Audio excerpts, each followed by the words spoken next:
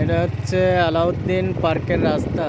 অনেক সুন্দর পরিবেশ, গ্রাম, মনোরম পরিবেশ, সুন্দর প্রাকৃতির ছোঁয়া যেখানে, আর রাস্তাটাও এত সুন্দর, নিরিবিলি, দুই সাইডে শুধু গাছ, ওই পাশে সবুজ, সবুজ আর সবুজ।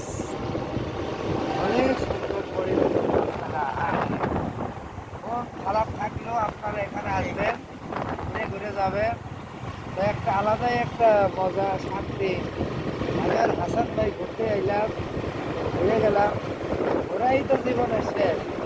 পাঁচ ওয়াক্ত নামাজ পড়বেন, ঘুরবেন, খাইবেন, করবেন, জীবন শেষ, আর কিচ্ছু লাগবে না, এইটুকু যথেষ্ট।